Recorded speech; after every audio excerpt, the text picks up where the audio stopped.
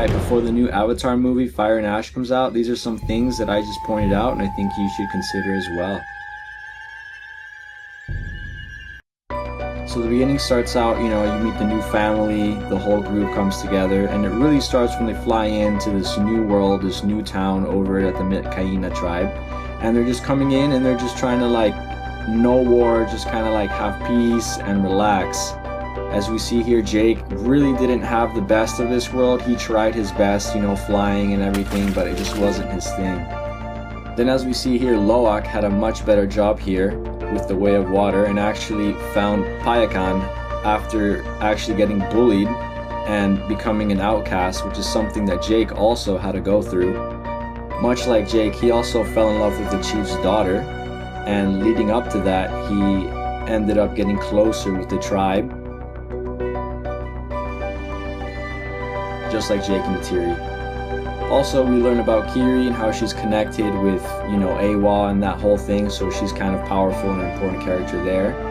But Loak still kind of takes the lead in the Way of Water with Payakan and the Tolkun. As we see here, Spider is just trapped. He was taken by Miles, which is actually the biological son of Miles himself, and we see he's very angry.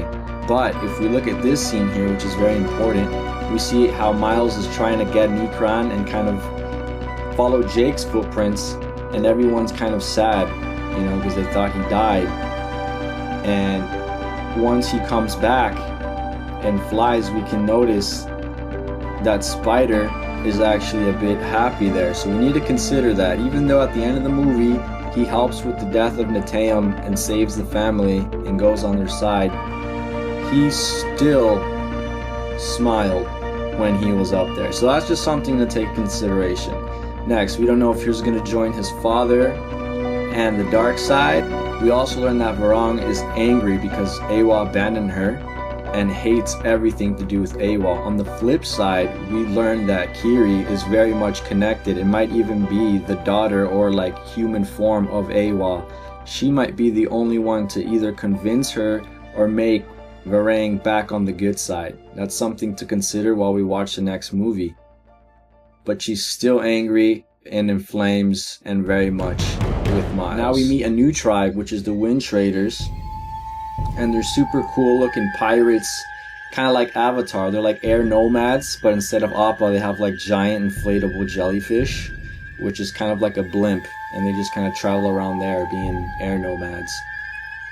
Shortly after, we see the battle, and that's where we meet Varang, kind of starting the fight. Back in the Metkayina tribe, everything just, starts, families getting a little bit angry. We can see a little bit of tension between Jake and Neytiri once again. But in the following scenes, we see they're back together and once aligned. More tension in the Metkayina clan, and we can see that Loak is also the one who's taking over control, and everybody's in chaos and just ready for another war. Payakan and Loak come back again.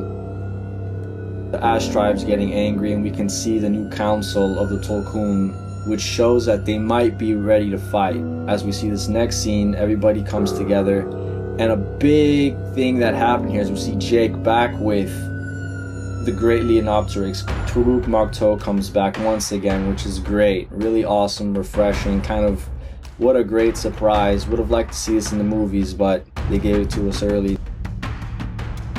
And then at the end, everything just gets crazy. Jake, Spider, Kiri, Miles, everybody, just a final battle. Loak, everybody's in, which is going to be super interesting to see what happens and how it plays out. I see Varang and Neytiri really going at it. That might be the final battle, but I think this whole movie is more about Kiri and Varang and their differences with Eywa. What do you guys think? Subscribe for more theories, and we'll see you on the next one.